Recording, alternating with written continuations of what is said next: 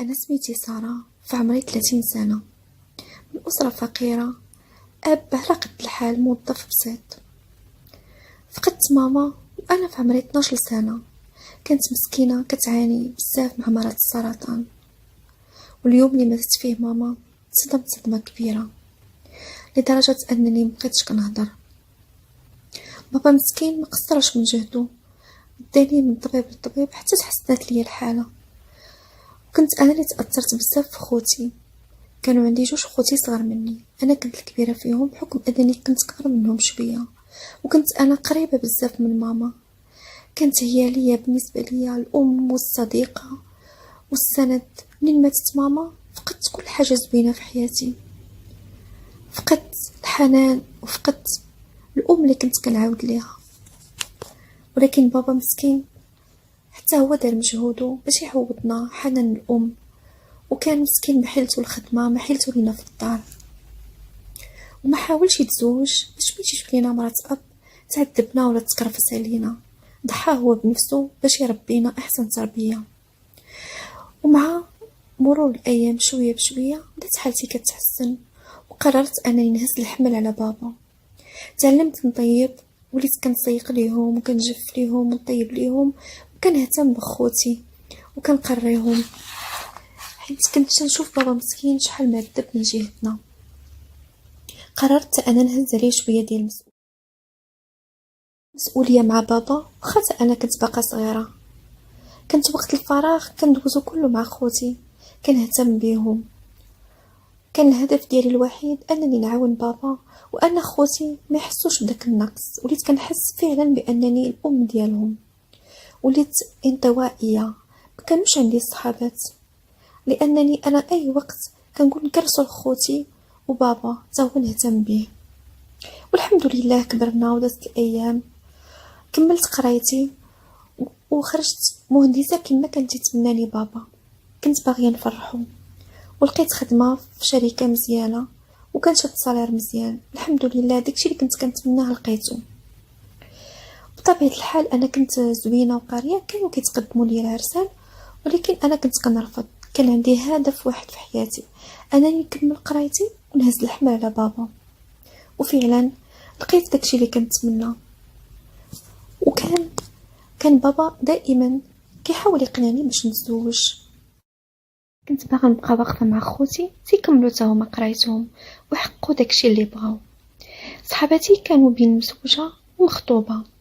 صراحه كانت كتجيني شويه الغيره، ولكن انا كنت دائما كنحلم بداك فريس الاحلام اللي غيدق ليه قلبي واللي غنبغيه. ما كنتش باغيه نتزوج زواج تقليدي، كنت باغيه انا شي واحد يدخل لي في قلبي ونبغيه. حتى واحد النهار دخلت للدار لقيتها عامره. لقيت بابا جالس مع شي ناس، واحد السيد جالس كيهضر معاه. ما عرفتش انا شنو كاين، ويعيط ليا بنتي ساره اجي تجلسي. جلست، فهمت بان السيد بغى يشوفني لانه باغي يخطب.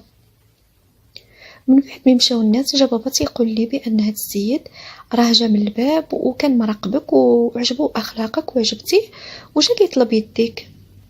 قلت له بابا انا راك عارفه الراي ديالي في هذا الموضوع. قال يا بنتي دابا انتي تخرجتي وخوتك كبروا وكل واحد مسؤول على راسو. وامام الاصرار ديال بابا اصر بابا باش نتلاقى معاه. تلاقيت معاه، عرفت بلي تا هو خدام في السوسيتي وكان تيتو شي مزيان، وكان عنده طموح يدير واحد البروجي ديالو. كان شاب طموح، كان سميتو امين. صراحه امين ما كانش زوين، كان انسان عادي، وتا الشكل ديالو وحوايجو ما كانش كيهتم باناقته. قلت ماشي مشكل، بل لي انسان متخلق وانسان مزيان كما شكرو بابا. وافقت انني نتزوج به. ما كملش شهر درنا خطوبه والزواج. دازت 6 شهور على زواجنا. صراحه كنت دائما كنحس بشي حاجه ناقصاني. حاولت انني نبغيه ولكن ما توفقتش، يمكن لان كان الطبع ديالنا مختلف بزاف. كان هو انسان كيبغي الناس بزاف، وكان تيعرض لي على عائلته بزاف وما كانش كيعلمني، وكان تيبغي يبقى في الدار في الويكاند. انا كنت كنبغي نخرج. كنا مختلفين بزاف، ما كانش كيعطيني انا وقت. كنت انا الوقت ديالي كله في الانترنت، الفيسبوك. وليت كنعاود مشكلتي في فيسبوك. صراحه كنشوف هاد الفراغ العاطفي اللي بيناتنا، وليت كنفكر في الطلاق، ولكن فكرت في بابا. شنو غادي نقول ليه؟ ما كاينش شي سبب مقنع. وليت كنقنع راسي كنقول يمكن الا درنا وليدات غيتحول داك الحب لوليدات وحياتنا غادي تملأ داك الفراغ. مهم دازت ايام، هو كيف العاده عاوتاني فاجئني قال لي راه صاحبو جاي يتعشى معانا، وانا ما كنتش معوله. يلاه جيت من الخدمه عيانه. المهم تناقشنا جا السيد جاب معاه واحد السيده معاه. مهم ضربت تماره عمرت الطبله. السيد صراحه كان مؤدب وكان شكرني، ولكن السيده اللي كانت معاه ماشي خاطبته، وانا درت في راجلي قلت له متبقاش تدخل لينا هذه الاشكال. مهم لا غد اللي مشيت للخدمه تفاجأت بصاحبو اللي هو سميتو نبيل كاين معنا في الخدمه. قال لي بان امين هو اللي توسط لي بحكم انه كان تيعرف المدير وغادي يولي معايا في السيرفيس. ما لقيت ما نقول، رحبت به. ملي مشيت للدار سولت امين علاش ما قالش ليا. قال لي بغيت نخليها لك مفاجاه، والمهم تهلاي لي في صاحبي. هذا راه صاحبي منذ الطفوله وعزيز عليه بزاف. قلت له المهم انه يكون تيخدم، انا راه كيما عارفني انا سيريوس في الخدمه، واذا كان تيخدم راه غيستحق انني نعملو مزيان. المهم ولا كيعيط لي على صاحبو كل ليله، وانا كان الامر تيزعجني. كيتفرج معاه كيتفرجوا في الكره كيصدعوني، انا كنصوب ليهم العشاء ليه بحكم ان صاحبو جا من برا ما عنده حتى شي حد هنايا.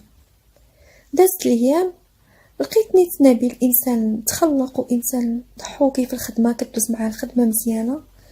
صراحه بديت كنحس باحساس من جهته، واخا ان هذا الاحساس ما خصنيش نحسو لانني مرا مزوجه، ولكن ما عرفتش. حسيت بان نبيل هو الانسان اللي كنت كنقلب عليه شحال هادي.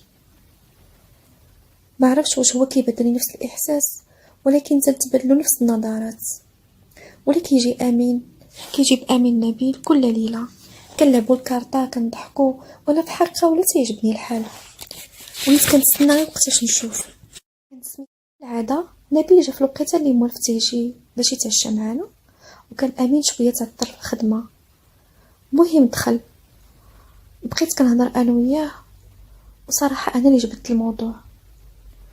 قلت ليه واش ما كتشعرش شي حاجه جيتي؟ حتى هو صارحني قال لي بانه حتى هو ولا كيبغيني، ولكن امين صاحبه بزاف وما يقدرش يخدعه. قلت له انا نطلب الطلاق. هو قال لي لا غير نساي الموضوع، انا ما نقدرش نخون صاحبي. دازت ديك الليله ما جانيش النعاس صراحه. وليت كنتعامل مع امين خايب، هو مسكين ما دار لي حتى شي حاجه. انا كنحاول نختلق مدابزات، كل مره كدابز معاه كتناقشوا على اتفه حاجه. وكان مسكين امين كيمشي يتشكل نبيل، ونبيل كيقولها ليا. انا قلت له ما بقيتش كنتحملو، ولا كيبان ليا غير نبيل قدامي. صراحه طورت العلاقه بيني وبين نبيل، ولينا كنتلاقاو في واحد البلاصه، ولات علاقه بيناتنا، وكنا كنحسوا الحب اللي كنت كنفتقده واللي كنت كنتسناه طول حياتي. حقيقه تعمت لي البصيره، تحولت من البنت المحترمه اللي كانت ما كديرش علاقات قبل الزواج، اللي عمري ما عرفت شي حد حتى تزوجت، الوحده خاينه كتخون راجلها. صراحه كنت باغيه نتفارق مع نبيل، لان هذا الشيء ما كيرضي الله للعبد، ونخون الثقه ديال بابا اللي بابا عزيز عليا بزاف، هو اعز انسان عندي في الدنيا. صراحه كنت باغا نطلب الطلاق، ولكن امام الاصرار ديال نبيل ما عرفتش شنو ندير. النهار اللي كان لانيفرسير ديالي، امين مسكين كان موجد ليا مفاجاه. انا نسيت لانيفرسير ديالي بقوه انني وليت كنفكر غير في نبيل وكيفاش نولي معاه. دخلت للدار لقيته مسكين موجد ليا الورد، وقال لي بلي عرض عليا في شي بلاصه زوينه، وانا قلت له شنو المناسبه. هو تفاجأ قال لي لانيفرسير ديالك، ومسكين عنقني وباسني وجاب لي كاطو. وفعلا خرجنا، وكان عارض حتى على نبيل جاب معاه صاحبته، وانا جاتني الغيره ديك الليله. ولا كيبان لي نبيل كيتفاداني لانه ملم العلاقه اللي كانت بيناتنا، وانا هاد الشيء ما كانش كيدخل لي راسي. ما كنتش قادره نتفارق مع نبيل، وانا بلا ما نشعر عيطت لنبيل وسديت البيرو قلت له باغا نهضر معاك، وجبت الموضوع في الخدمه، واخا ما كناش كنهضروا في هذا الموضوع في الخدمه كنخافوا يعاقبينا شي حد. قلت له بانني انا ما نقدرش نتفارق معاه، وانني كنبغيه بزاف وكنرغبو باش يبقى معايا، ولكن نبيل كان مصر، قال لك غادي يقدم الديميسيون ديالو، يخرج من الخدمه ويرجع لايطاليا، لانه ما يقدرش يخون الثقه ديال صاحبه، وان العلاقه بيناتنا كانت غالطه، وهادشي اللي درناه خايب بزاف. انا كنت نرعش ليه وهو خان صاحبه. قلت ليه بانني ما نقدرش نعيش بلا بيه، وكنتوسل ليه باش يبقى معايا. قلت له بانني كنحس بالاشمئزاز ناحيه امين، واخا انه هو كيحاول يتقرب مني، ولكن انا مشمئزه منه وغنطلق هاد الليله. وقال لي بلي هو تيبغيني بزاف، وان اللحظات اللي دوزنا كانت اجمل لحظات حياته، لكن صافي خاصو يضحي باش ما يضرش صاحبه، واللي دار فيه الثقه ودخلو لدارو خاصو يوضح هاد العلاقه. انا ما تقبلتش الامر، انا ما عقلتش على راسي، حتى وليت كنبكي وكنرغب نبيل ما يتخلاش عليا، انني وليت متعلقه به بزاف، وانه هو الحب ديال حياتي، وعمري ما بغيت شي واحد، عمري ما بغيت شي واحد بحال اللي بغيته. كنطلب الطلاق ونمشيو نهربوا انا وياه، لكن نبيل ما داهش فيا، مشى وخلاني. انا ما صبت ما ندير، حتى انا فكرت نمشي نجمع حوايجي ونمشي لدارنا ونطلب الطلاق من امين، لاني ما نقدرش نخدعو اكثر من هذا الشيء، وانني انا اللي درت في راسي هذا الشيء، امين ما دار لي حتى شي حاجه، انا اللي بغيت راجل من غير راجلي. ولكن اللي ما كانش دايرين لي حساب ان ديك البنت اللي كانت كدور على نبيل كانت كتسجلنا. منين خرجت انا هزات داك التسجيل وداتو للمدير وسمعاتو ليه، وبحكم ان المدير كان تعرف امين وكان صاحبه بزاف، عيط لامين وجا عنده امين لا سوسيتي وسمعوا داك الشيء كامل، وقال ليه بلي هذيك المراه ما غتبقاش عندك، ما بقاش صالحه ليك. امين مسكين تصدم، مشى نيشان تيجري عند امين عند نبيل، لقى نبيل هاز لافاليز ديالو وغادي بحالو. لحسن الحظ ان صاحبو تبعو، عارفو بلا يدير شي جريمه، بقى كيضرب في نبيل، ونبيل ما كيقاومش، قال له انا كنستحق هادشي كامل، غير ضربني، انا خدت الثقه ديالك، انا ما كنستحقش نكون صاحبك. ضربو بزاف حتى ولا كله دمايات، ولكن صاحبو بعدا كينا شدو. ديك الساعه باقي ما خرجتش من الدار، كنت كنجمع حوايجي وحاولت انني نكتب رساله ونخليها لامين، ولكن ما شحاتش حتى جاء امين وقف. انايا ما قديتش نواجهه، بقى امين قال لي انا ما غادي نضربك من حتى شي حاجه، انت انسانه موسخه ما كتستحقيش نحط فيك يديا، انا اللي جيت صحاب لي انسانه متخلقه، ولكن هذا الشيء انا راه اتصلت بباك وقلت ليه كل شيء، لاني عارف باك سايق فيك ثقه عمياء، باش يطيح داك الماسك اللي كنتي دايراه وعارفينك الناس بانك الشريفه والعفيفه. انا اللي مكنتش دايره له حساب هو بابا، ما بغيتوش يعرف عليا هذا الشيء. دابا انا كنخسر كل شيء، طلقني وجرى عليا من الدار، وفعلا انا كنستحق هذا الشيء، عارفه بلي كنستحق. خرجت من الدار وانا ما عارفاش فين نمشي، الخدمه اللي كنت كنحلم بها مشات، وصورتي قدام بابا اللي طول عمري كنتمنى انه يفتخر بيا ونكون انا البنت اللي كانت يتمنى لي كيفاش نكون مشات.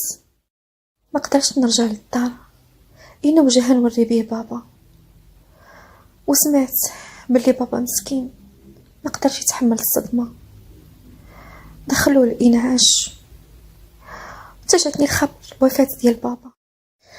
الجلسه ديال بابا ما قدرتش نحضرها، تألمت بزاف، عرفت بان انا اللي درت هادشي لراسي، انا ما قنعتش بداكشي اللي عطاني الله راجل مزيان مهلي فيا، انا ما حمدتش الله، كنت انسانه طماعه باغيه كل حاجه، باغيه كل شيء، باغيه الخدمه مزيانه وباغيه الراجل اللي كنتمنى، لكن ما يمكنش الانسان ياخذ كل شيء، الكمال لله وتفكرت قول الله عز وجل: وعسى أن تكرهوا شيئا وهو خير لكم. صدق الله العظيم.